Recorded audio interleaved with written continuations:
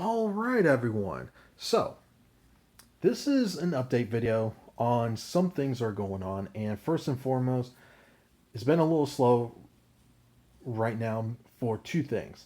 One is my hours got switched at the job I work at. I obviously don't do YouTube full time for obvious reasons.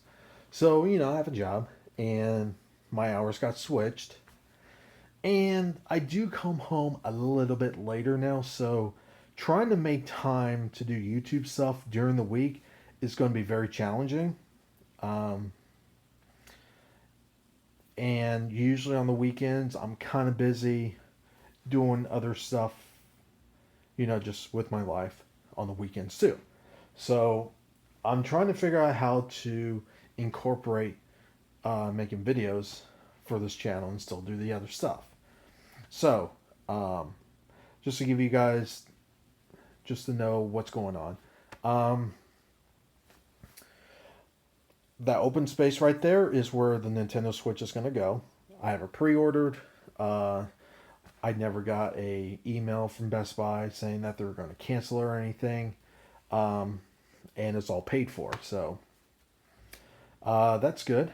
Um, what else? I did run the cable, the HDMI cable, so it's all hooked, ready to go. My Logitech TV remote, it's already programmed for, so the day that I do get it and take it home and connect in all that good stuff, well, it's pretty much ready to go. It's plug and play. Unless I have to do some kind of software update, which I would not be surprised. Um, oh, I did make a video, but it's not published yet, at least as of this video, of the Xbox One Connect TV mount. Um, yeah, I decided to take advantage of Microsoft's free offer of the Xbox One Connect adapter. So, if you know, the connector for the Xbox One Connect uses a proprietary plug. Well, that plug was only used for the original Xbox One. Hence why there's a Day One Edition box right there. But I'm using an Xbox One S. Microsoft eliminated that port because Microsoft now doesn't really give two shits about the Kinect. I wonder what would have happened if they actually never even bothered with the Kinect and just used that money and time to make the original Xbox One a little bit more powerful, at least make it on par with the PS4, but that's probably another video. Anyway, so I have the Kinect, and I'll be honest with you, this is actually my brother's Kinect. He doesn't use it. I asked if I can use it. He's like, yeah, sure. He obviously doesn't care. So I took advantage of Microsoft free offer of the adapter. And you may be wondering, it's like, why you want to have a Kinect? Well, when I had the 360, I actually used the Kinect on the 360, but not for the camera. I've only used it for the microphone because I don't like wearing headsets. And someone might be saying, it's like, why is there a headset for the PC? Because that would be the only time I actually use the headset if I'm playing a PC game in the middle of the night. But besides that, I don't like wearing headsets. So if I'm playing on the console, I don't want to wear a headset. Mainly because I have a surround sound system in here. The center speaker is actually right behind the TV, and you got the back speakers. So that's why I don't want to wear a headset, because I want to take advantage of the surround sound. So that's why. Um, Another thing is over here. This is another project that I'm going to be working on. I got this in the mail today. These are Atari 5200 controllers, 3 of them. I got them as untested, so I have no idea if they work. Yes, I actually do have a 5200, but I never really made a video about it. Mainly because when I got it, it came with controllers looking like that. all apart. And I was like, oh, damn it. So I know the console works. The games boot up and everything. The console itself works fine. It was just the controllers. And of course, these controllers are known for basically not working at all. So this one, the rubber on this is a little bit bad on it. But I know the rubber pieces on those are actually good. So I'm going to swap these out. But these two are actually, at least cosmetically, look fine. Actually, besides this one, everything else on this looks fine, you know. And you know what? I would not be surprised if these actually work. Actually, you know what? I take that back. I'd be very surprised if these work because these are very notorious. So, by the way, if you've been wondering about the whole not centering joysticks, they kind of center, but it's mainly because of this rubber. There's no spring inside to properly center it. So it kind of like flops around. So,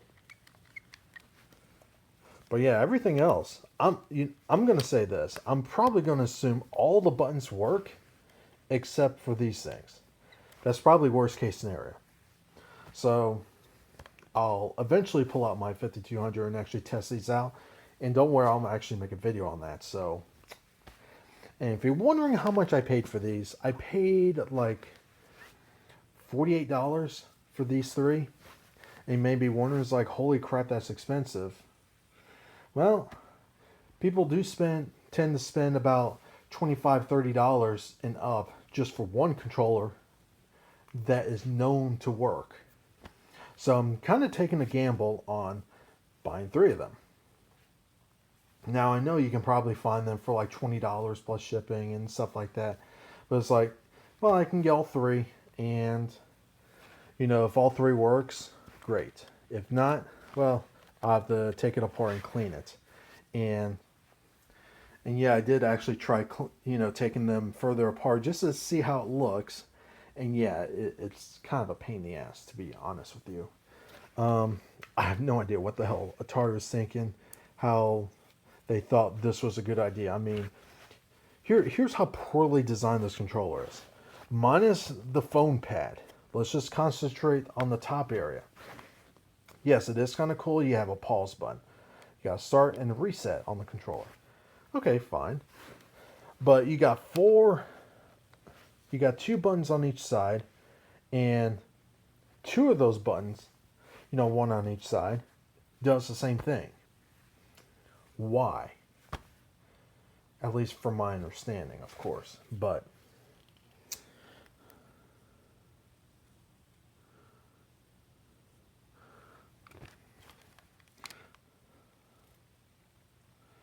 oh, look at that. These don't have the exact same stamps inside.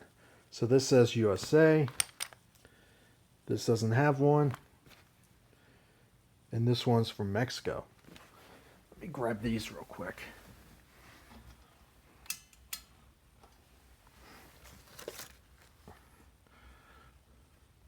Mexico.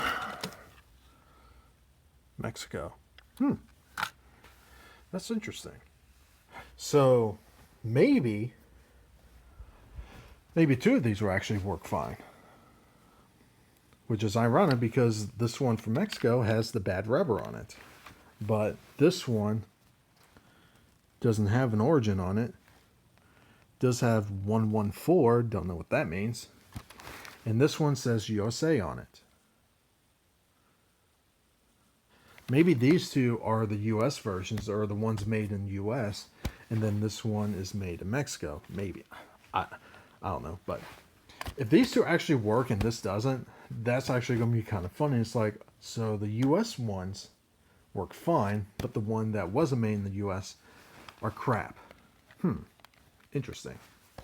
Though the rubber on these, the one with the US stamp on it, are fine. And seems like these are a little bit stiffer than this one. And this is also another problem with these controllers. See how it doesn't exactly center?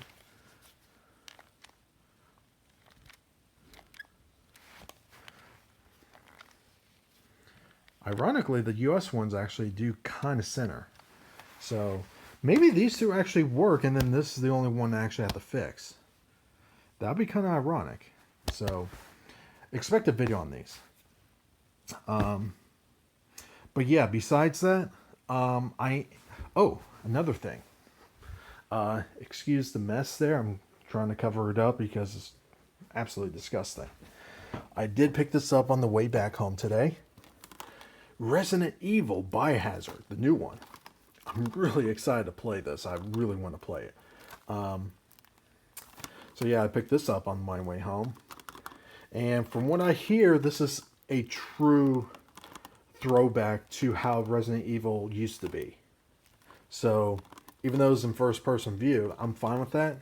As long as the game is really good, I'll be fine with it. So maybe one night I'll do a live stream of that, assuming I get the capturing working, because for some reason my Elgato 60 isn't working right now. Who knew? But anyway, that was just a quick update. That's it. Like always, have a good one. Leave those comments down below. Like this video, share this video, subscribe if you're not a subscriber. And like always, have a good one.